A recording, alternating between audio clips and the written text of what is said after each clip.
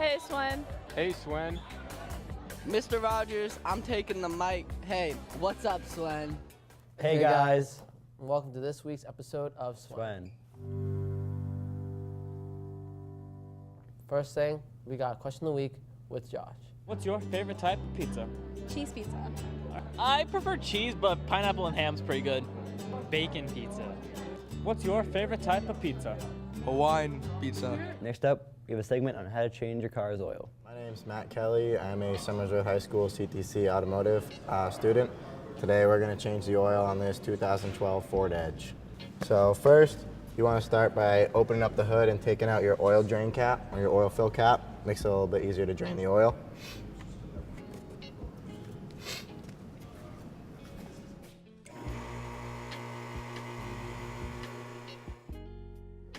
So now that we have the car raised up enough for us to get under here and look at it, we have to find our drain plug. That's our drain plug right here.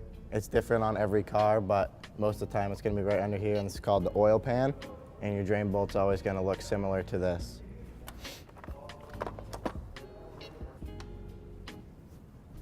So now once we find our right socket that fits on it, we're going to put it on, try and break it loose. Once we get it loose, I like to go by hand. This oil is hot. If you just drove the car, the oil that comes out is going to be pretty hot.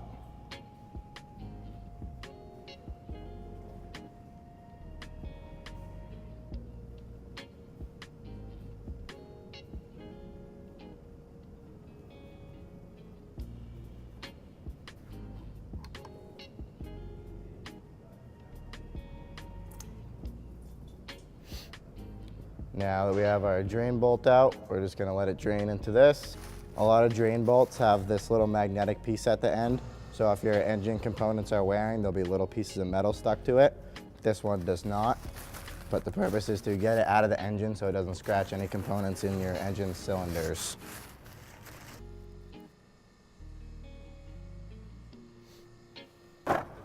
So we actually have this bucket, always drains right into that, all the way there at the end. So once we fill that, we call the company that owns it. And a lot of the time it's used as heating oil. So they'll sell it to companies and they'll use it as heating oil to heat larger buildings and stuff. So you can recycle lots of different oils. If you have an expensive heating system, it'll take any kind of oil and it'll convert it and they can use it for heat. It depends if you get synthetic or regular conventional oil. Synthetic is typically right around 5,000 miles, but if you're using conventional oil, it is, it depends on the car, but a lot of cars are right around 3,000 to 3,500 miles. You should change it. Synthetic is made to last longer, but the particles in it are a little bit smaller. So a lot of the newer cars, when they have tighter seals, they'll use full synthetic like this car, but a lot of older vehicles use conventional oil. If you don't change your oil, depends what kind of time frame you're on, but if you wait till like 1,000 miles over, you're usually okay. But if you go way over and you're 6,000 miles over or something like that, a lot of the oil is wicked dirty and that gets all up inside your cylinders and it can scratch it and cause things to break and not work anymore, or even just seize it so the engine's totally toast. Next we have to change the oil filter, which is right up here.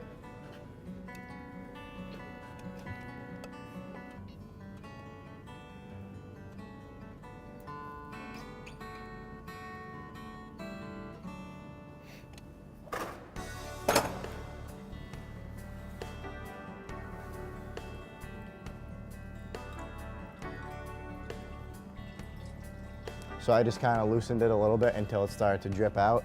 I'm just going to let most of it drain out or else it'll make a huge mess. Then once it starts dripping, I can take the rest out and just dump it into this.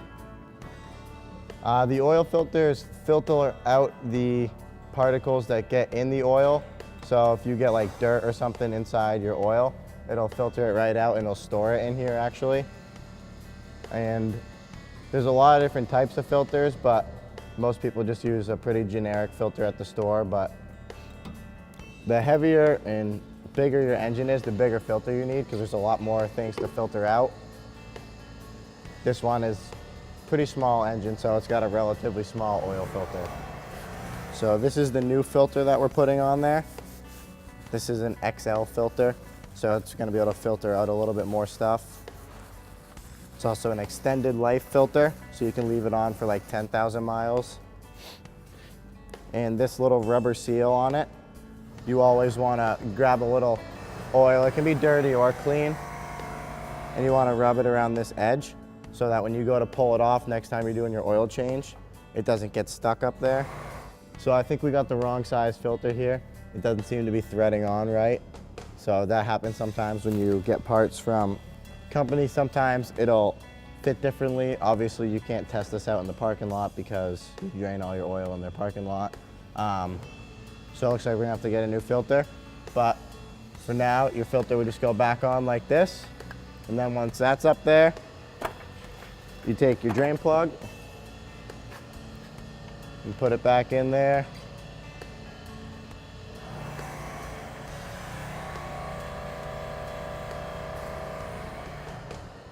Now this doesn't have to go on super tight. Sometimes you'll get one and they're almost impossible to break loose. You really only want to go until it's tight, like right here, and then crank it over like that. About another quarter turn. And once that's good to go, we can drop the car.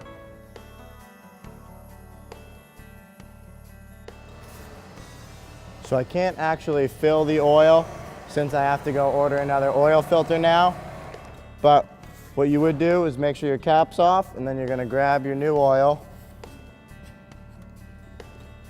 And you'd have to look up your vehicle specs, which can be found inside the owner's manual, usually on the back page. It'll tell you what kind of oil it takes.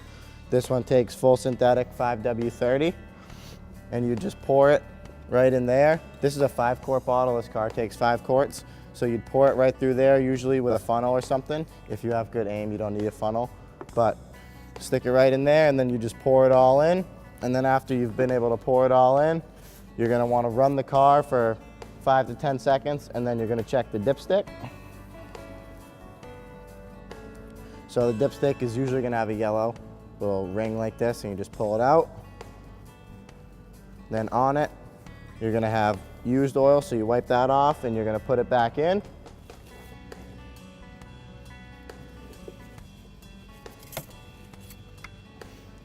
And then you're gonna pull it back out again, and you would check it, and they're gonna have add lines right there, usually with X's, and it'll say add and then safe. Then you wanna make sure it's in the safe line. Obviously this car has no oil in it since I just drained it all, so there's nothing on it. My name's Matt. Thank you for joining us at the Somersworth High School CTC program and learning how to change your oil. Now, here are your SHS announcements. First, we want to congratulate the boys basketball team for having a great season. Just a heads up, spring sports will be starting today, March 18th. If you plan on participating in any sports, make sure you have the necessary paperwork to do so. Juniors and seniors, prom is Saturday, May 11th. Tickets will be on sale for $65 starting today.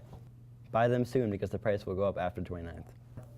Spamalot shows are the 28th through the 30th this month. The tickets are $8. Seniors, your Six Flags payment is due by March 20th. Please see Ms. White if you have any questions. Don't forget, SATs is on March 27th. Our students traveling to Spain, Portugal are selling 50-50 raffle tickets for $1. See Jill Stein, Amelia Zhang, or Melly Yoder for Miss Sampson with any questions. Don't forget to order your yearbook before the price goes up. There are still Adirondack chairs for sale and building trades for $70. Bye guys, and we'll see you next week on Swen.